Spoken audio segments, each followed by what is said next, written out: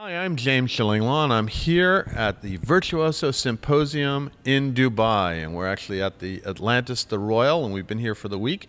And we're talking with David Koellner, who we've talked to many times in the past, who's Executive Vice President of Virtuoso. And David, during this event, came on stage and gave us a whole bunch of insight into luxury travel and how Virtuoso sees it for this year and in the future. We're going to find out all about that and more on Insider Travel Report. David, first of all, great to see you here. We've had quite the event, right? It has been amazing to explore a little bit more of Dubai and, of course, see this amazing property here at Atlantis the Royal. I know, and it really is amazing. It's super, and we've had lucky enough to be here the whole week. Now let's talk a little bit about your presentation the other day, because you do these every year, but we're always curious about, because it is sort of the state of the art in terms of luxury travel. Now, let's talk about those trends. What does the luxury market look like in 2024? And we've all here, it is growing, right? For sure. One of the things we've seen right off the bat, James, is we looked at year-over-year changes in sales between January and the end of April, so the first 4 months of the year compared to the same time period in 2023. For us globally, sales are up 18.7%, which I was a little bit surprised about. That's a pretty awesome number. Yeah, it's a great jump again, and of course probably not too much of a surprise for the advisors out there that are working 24/7, selling larger trips than ever. But I think another thing that's important about that is what we really see is maybe a split in the market. This thing we talk about is like a tale of two markets, which as excess savings declines around the world, including the United States, you see a slowing in the more mass market side of the business, like Expedia just growing 3% year over year in a similar time in total sales versus Virtuoso's almost 20%. You know, it's like 6-7 times higher growth happening in the high net worth and ultra high net worth traveler space. Now, one of the things is that it has changed since the pandemic, since COVID. Just in the past few years, we did see a surge in travel. And how is Virtuoso seeing the market today, looking back at COVID?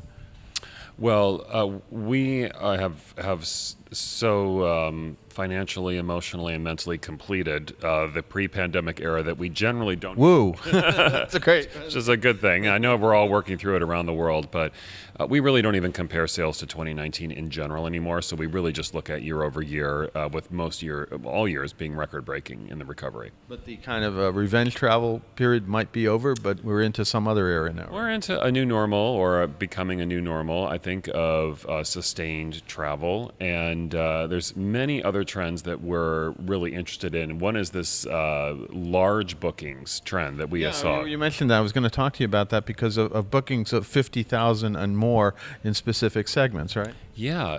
So that increase in sales is like just what's on the books during the first 4 months of the year. Another factor that we look at is how far people are planning in advance. And this is another change we think in behavior as we kind of get back maybe to, again, a new normal or a different normal of pre-pandemic behavior. The first element is people are planning a little bit further in advance. On average, again, we went up about another 10% in terms of the amount. It was 112 days now, which, you know, during the pandemic and right after, sometimes you were reading some real close-in bookings for a while. Totally. And that's not to say that there aren't short-term bookings, too. Just to clarify, in case anyone is saying, well, I just had 6 short-term bookings yesterday. This is the average number. But what is interesting is we also track sales for future years. So we look for travel that's booked during, let's say, these first 4 months of the year, but for 25 and 26 only. So for people that are booking, you know, really farther in advance, what is that looking like? That behavior is up almost 50% compared to 2023, and it's being driven by really large bookings in 3 areas. The first is bookings over $50,000 just in general. These are the FIT blowouts, the people going to the Maldives, the people that are planning the intergenerational trips, those just really big bookings. Those are up not quite 100%. The other area we're seeing that things are going up is $50,000 and up cruise bookings. These are up over 100%. And what's interesting about the big cruise bookings is it's not just world cruisers. Of course, that's part of it, and we're happy that the Virtuoso network continues to provide world cruisers. But it's all types of cruising. It's longer itineraries, more people on the itinerary, bigger staterooms, all these things that people are doing to kind of splurge on their future cruises. Even expedition cruising has been, grown substantially since COVID, right? For sure, and this number would say it's the large cabin bookings or the multi-cabin bookings or the longer itineraries, the farther out that are selling. So the area, just overall $50,000 bookings, $50,000 cruise bookings. The other thing that is way up like 150% is safari. This probably isn't too much of a surprise, a trend we saw coming out of the pandemic of people planning that, but really people locking in these big safaris up 150% for 25 and 26. Now, one of the other things that's changing is we're in the factors influencing luxury travel in 2024. I think you mentioned things like geopolitical conflicts and political uncertainty, labor and staffing challenges, environmental concerns, natural disasters. What are those factors, and how are they weighed by luxury travelers today? Really good question.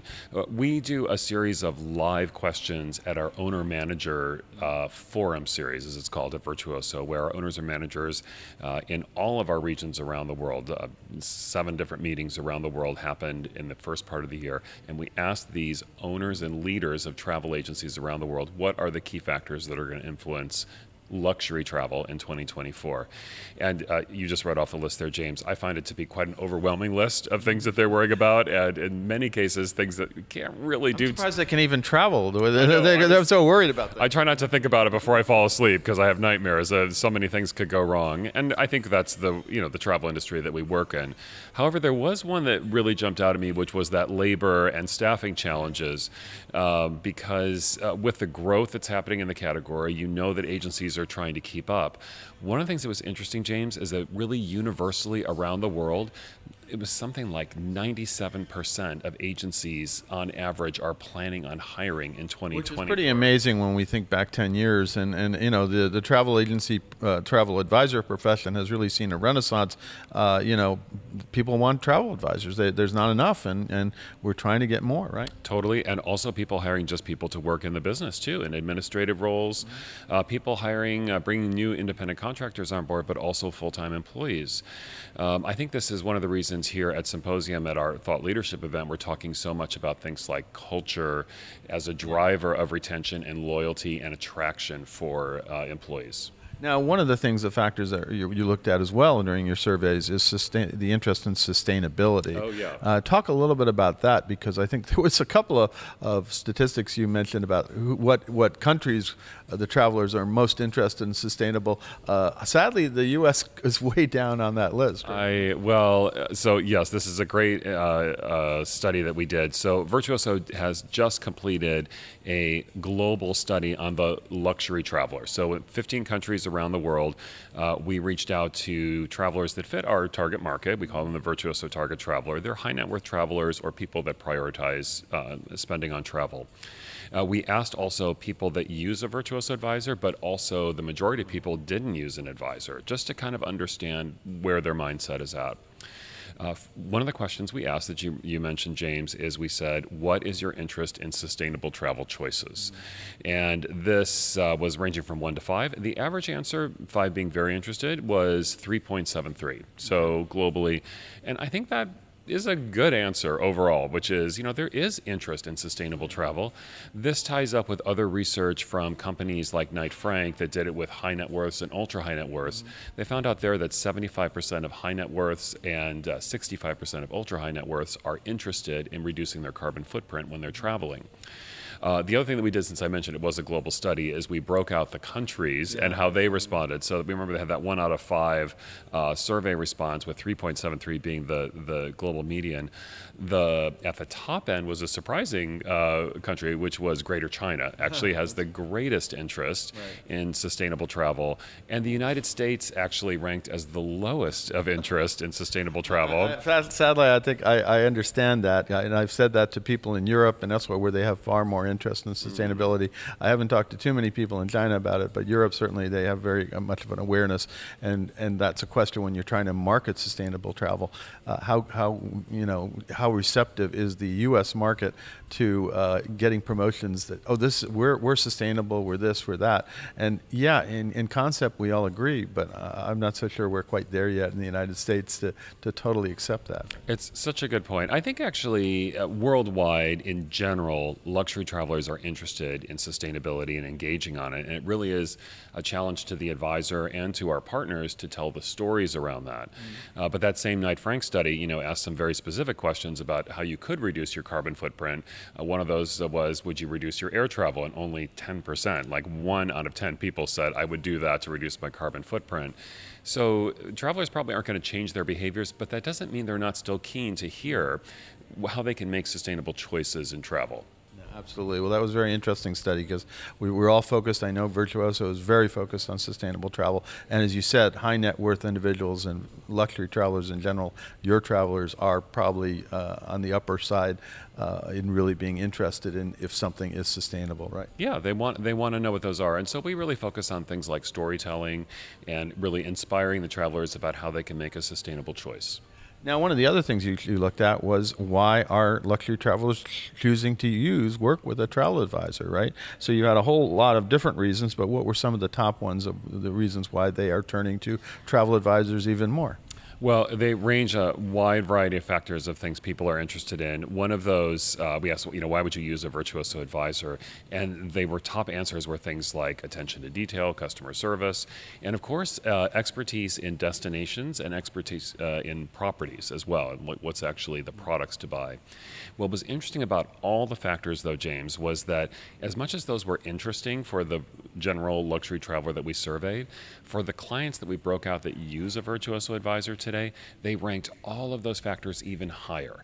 And I thought that was a great reflection of the fact of the quality and dedication that Virtuoso advisors around the world provide such amazing service that they really exceed even a general traveler's expectations about what they would receive when they work with an advisor, that they just end up loving the work that the advisor does and they value it even more once they've worked with them. I think that's a great sign for our industry. And you also broke it out by generation and in some somewhat surprising results, although we've seen some studies like this in the past. But I think you found that boomers and Gen X have a steady demand for advisors, but surprisingly, some of the other generations are starting to love using travel advisors as well, right?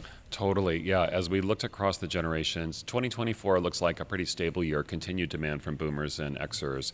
But millennials and Gen Z, they are totally planning on increasing their travel spend. So for anybody that has millennials or Gen Z working for you, get ready for those PTO requests because they are coming in. Those people are traveling. Another thing that's really interesting is the motivations why the generations travel. This showed up again in our global study across 15 countries, and there were some very interesting, consistent themes. The first is that the millennials and Gen Z, they really go for that sense of connection, camaraderie, that feeling of like being together with something. They're also highly motivated by social responsibility, so loving giving back and feeling like they're contributing to something. These are the people interested also in sustainability, right? Well, definitely there's a higher interest in sustainability with younger generations compared to older generations. On the boomer side, they are just feeding their sense of curiosity, continual learning and betterment of themselves, the thing we've heard about boomers really forever, that they're strivers like that. And then for the Gen X folks, which of course are in the sandwich generation and poor Gen Xers. I know, the poor Gen Xers. As I said, we've been exhausted since the 1970s. But really, they're just looking for relaxation, reconnection with nature, and just really that Zen feeling of trying to get back to that. No, it is. Those results were really interesting. So overall, what are your takeaways from all the surveys you've been doing? And you gave a lot of that thing, but how is it's obviously growing, and is it going to continue to grow in the future? And I guess my final question: what could endanger that growth? Well, the thing that is probably the uber trend driving what's happening in our industry is wealth creation. So one thing we always watch at Virtuoso is the number of high net worth and ultra high net worth consumers that are being created around the world and are predicted to grow over the coming years. So the number of millionaires, just simply high net worth consumers, are expected to grow about 44% over the 5-year period that we're in right now. And ultra high net worth consumers, those with $30 million in assets or more, is expected to grow by almost 30% over this same time period. I don't know what other market you could work in where the number of consumers is expanding so rapidly over a period of time. We already have a situation where we know the majority of travelers don't use an advisor when they're booking travel. So how great would it be to work in a business or an industry where both you have this incredible opportunity of clients that don't use your product, but then also that the actual base of the client is growing so much over time.